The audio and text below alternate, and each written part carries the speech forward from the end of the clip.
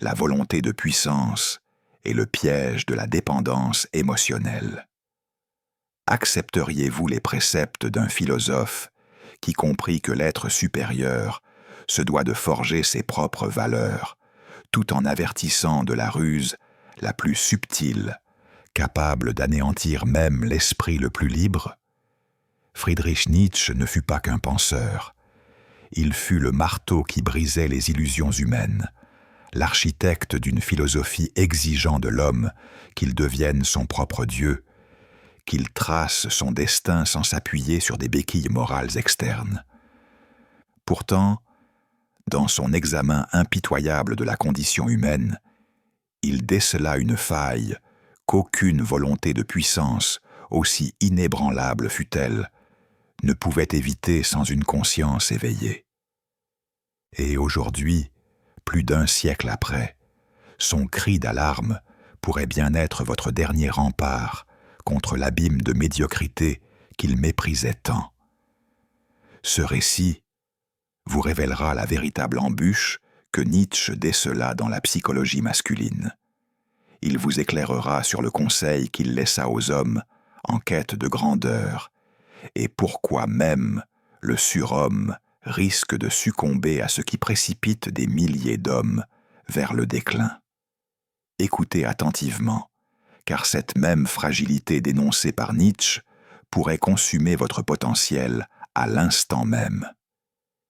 Il évoqua la mort de Dieu, annonça l'avènement du surhomme, bouleversa toute morale établie et saisit aussi la nature féminine avec une clarté brutale. Nietzsche brilla comme peu d'intellectuels dans l'histoire.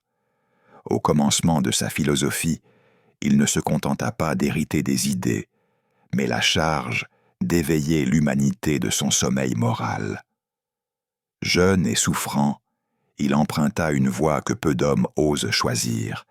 Il rechercha la force intérieure, non l'approbation extérieure. Son esprit s'épanouit dans cette quête, non seulement en élaborant une philosophie révolutionnaire, mais aussi une compréhension profonde de ce qui renforce ou affaiblit véritablement l'homme. Nietzsche devint le penseur le plus audacieux de son temps. Ses concepts furent comme de l'or pur, extraits des profondeurs de la pensée humaine, des idées précieuses, forgées au feu d'une réflexion intense. Face à ses écrits, les intellectuels de son époque restaient les muets. Ses paroles avaient le pouvoir de défaire des certitudes millénaires et d'ériger de nouvelles vérités. Il affirmait « À peine la moitié de ce que l'homme peut devenir a été exploré ». Nietzsche incarnait l'archétype du penseur libre. Il maîtrisait ses pulsions, inspirait les esprits, guidait avec une intention intellectuelle. Il était un pilier de masculinité axé sur l'accomplissement personnel. Il comprit une vérité que la plupart des hommes apprennent encore.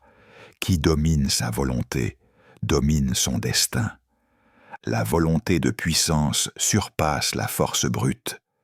La clarté mentale vaut plus que le charisme superficiel. Il était de ces hommes qui attiraient le respect intellectuel avant même d'être compris. Il imposait sa présence par ses idées, marchait avec une intention philosophique, cultivait un silence méditatif.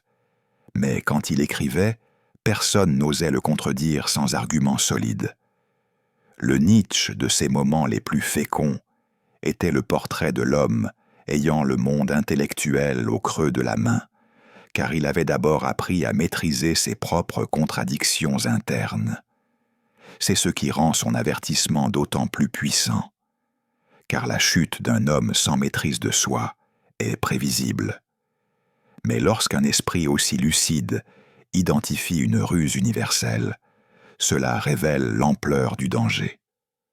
La question qui résonne est comment un homme, d'une telle concentration, d'une telle structure mentale et d'une telle sagesse, put-il déceler le piège auquel nul n'échappe? La réponse réside dans ce que la plupart des hommes sous-estiment, la dépendance affective, souvent déguisée en amour, la soif de validation, le besoin d'être désiré. Le genre de femme que vous introduisez dans votre vie peut décider si vous deviendrez un surhomme ou un esclave émotionnel. La déchéance d'un homme est rarement subite. Elle débute en silence, par de petites concessions, par des choix qui semblent stratégiques, mais minent la volonté de puissance. Nietzsche observa comment les hommes commençaient à rechercher l'approbation féminine. Au début, cela paraissait naturel, un instinct biologique. Mais chaque quête de validation entraînait ses propres chaînes, ses propres rituels de soumission, ses propres exigences de conformité. Et l'homme, même le plus éclairé, commençait à céder. Il laissait d'autres valeurs modeler les siennes. Il permettait à d'autres priorités de fragmenter son attention. Il écoutait davantage les attentes extérieures que sa propre voix intérieure.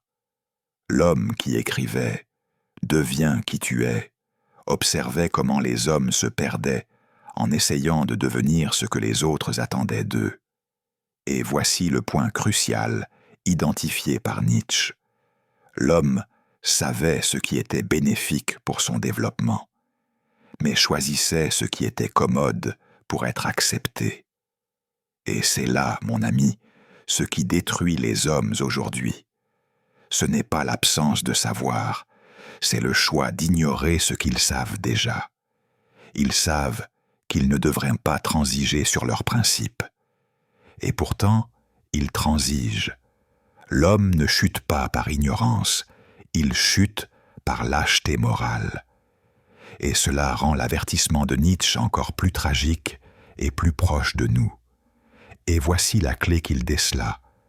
L'homme ne perd pas son pouvoir externe. Il perd sa volonté de puissance interne. Un homme peut demeurer riche, acclamé, fonctionnel, et pourtant être spirituellement brisé. Le problème n'a jamais été d'avoir des relations. Le problème était, les relations commencèrent à le posséder au lieu de l'inverse. Sa concentration s'effritait.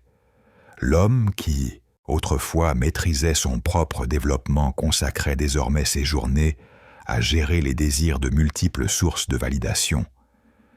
Les femmes n'étaient en plus des partenaires de mission, mais des distractions luxueuses. Il ne choisissait pas des femmes alignées avec sa vision de grandeur. Il collectionnait des expériences qui flattaient l'ego et drainaient sa volonté de puissance. Combien d'hommes aujourd'hui vivent exactement cela? Non pas avec 1000 femmes, mais avec plusieurs conversations ouvertes sur leur téléphone, plusieurs relations mal résolues, plusieurs accès à leur temps, à leur paix, à leur énergie, offerts à des femmes qui ne construisent rien avec eux. Des hommes qui devraient élaborer des projets s'épuisent à créer des attentes chez des femmes qui ne partagent même pas la même direction.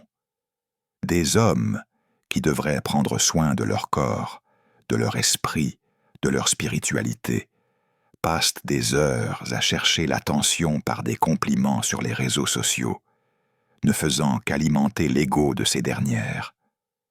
Sais-tu où réside le problème? Ce n'est pas la femme, c'est l'homme qui a perdu son discernement.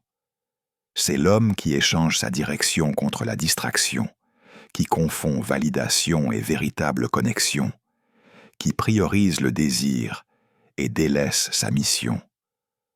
L'homme commençait à s'éloigner de lui-même, et l'homme qui s'abandonne est déjà en pleine chute, même s'il demeure debout.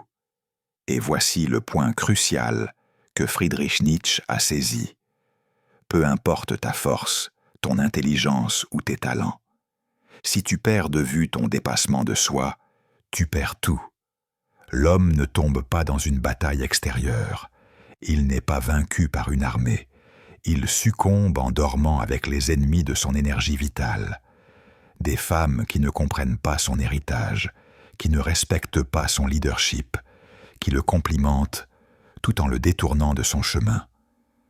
Et cela est brutal. Un homme peut être applaudi alors même qu'il s'autodétruit. Car les applaudissements ne viennent pas uniquement du succès, ils émanent parfois de la commodité. Et l'homme qui vit du désir des autres oublie ce qu'il est venu bâtir. C'est là que se trouvent de nombreux hommes modernes, forts physiquement, mais faibles en discipline, compagnons de plusieurs et leaders de rien. L'homme se transformait en une caricature de lui-même. L'homme, qui autrefois gouvernait son propre développement, était désormais gouverné par une carence déguisée en amour. Les femmes adéquates inspirent un homme à s'élever. Les femmes inadéquates exigent qu'il se rabaisse pour être accepté. Et c'est précisément ce que Friedrich Nietzsche a observé.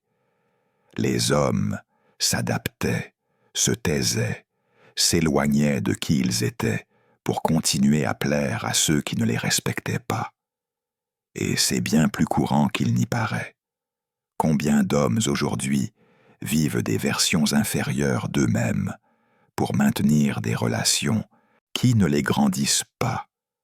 Combien évitent leur propre croissance pour ne pas menacer leur partenaire? Lorsqu'un homme n'est pas respecté par la femme avec qui il partage sa vie, il commence à douter de lui-même. Il s'adapte, cède, sombre dans le silence, et c'est là qu'il commence à mourir. Non pas dans son corps, mais dans sa mission. La chute que Friedrich Nietzsche a identifiée était émotionnelle, psychologique, spirituelle. Et comme toute chute invisible, elle ne devient apparente que trop tard. Tu n'es peut-être pas un génie, tu n'as peut-être ni célébrité, ni or, ni 1000 femmes, mais le piège que Friedrich Nietzsche a identifié est toujours tendu, et tu pourrais bien y tomber maintenant. Aujourd'hui, la plupart des hommes vivent exactement comme ceux que Friedrich Nietzsche critiquait dans ses derniers écrits, distraits, dilués, désorientés. Sais-tu ce qui anéantit les hommes? Ce n'est pas le manque d'opportunités, c'est le manque d'une volonté de puissance authentique. Car lorsque tu ne sais pas où tu vas en matière de dépassement de soi, n'importe quel corps chaleureux te détourne du chemin. Tu commences la journée avec des plans, mais tu la termines épuisé, empêtré dans des discussions, des jeux émotionnels, des attentes de réponses qui ne devraient même pas importer. Ton énergie, qui pourrait alimenter un projet, un plan, un héritage, est absorbée par des messages, des likes, des volontés passagères. Et voici la dure vérité que Friedrich Nietzsche a saisie. Si tu n'as pas de critères quant à ceux qui entrent dans ton champ émotionnel, tu ne seras qu'un homme médiocre de plus. Intelligent, oui, talentueux, oui, mais abattu, vide, un roi sans trône, un guerrier sans cause, un homme sans direction. Sais-tu quand l'homme commence à perdre son pouvoir? Quand il sent qu'il doit plaire pour être accepté, quand il croit qu'il doit retenir la femme à tout prix, quand il inverse la logique, cesse de diriger sa propre vie pour se mouler à l'humeur de celle qui ne partage pas sa vision. Et qu'est-ce qui en découle? Insécurité, procrastination, doute. Car un homme qui vit déconnecté de sa mission de dépassement de soi est comme un navire à la dérive. Il a une forme, il a une force, mais il n'a pas de cap. La femme juste ajoutera à ta mission de grandeur. La femme inadéquate t'en éloignera. Elle te fera croire que la paix est de céder, que l'amour est un renoncement à ton identité, que le leadership est oppression. C'est ainsi que Friedrich Nietzsche a observé la chute des hommes, entourés de voix qui ne les élevaient pas, de femmes qui les séduisaient par leur beauté, mais absorbaient leur force vitale. Et c'est ainsi que de nombreux hommes vivent aujourd'hui, submergés de stimuli, mais vides de sens, entourés d'options, mais sans le courage de dire non à ce qui ne renforce pas leur chemin vers la grandeur. Mais quel est le plus grand enseignement que Friedrich Nietzsche nous a légué? Choisi avec discernement, fondé sur l'expression de sa volonté de puissance. Une femme, par sa présence, peut se révéler être une ancre, stabilisatrice et porteuse, ou une aile, propulsive et libératrice. Elle a la capacité soit de vous recentrer, de vous aligner sur votre véritable axe, soit de vous en dévier, de vous écarter de votre trajectoire. Son influence peut décupler votre vision, l'enrichir et l'étendre, ou bien, au contraire, l'obstruer et vous aveugler. Lorsque cette femme ne témoigne pas de respect envers votre quête personnelle d'autodépassement, un processus insidieux de rétrécissement s'amorce en vous. Vous commencez à vous contraindre, à vous miniaturiser pour vous fondre dans les contours de son univers. C'est là que réside l'embryon de la mort du surhomme en devenir, de cet être d'exception qui sommeille en vous. La femme dont l'existence nourrit et amplifie votre aspiration à la grandeur, est, dans l'optique nietzschéenne, d'une valeur inestimable. Ne vous résignez jamais à moins que cela. Rappelons les paroles de Friedrich Nietzsche lui-même. L'homme doit être dépassé. Ce processus de dépassement, cette transcendance de soi, prend racine dans les choix que vous faites concernant vos fréquentations. Il s'agit de s'entourer de personnes qui stimulent et élèvent votre volonté de puissance plutôt que de celles qui l'épuisent et la minent.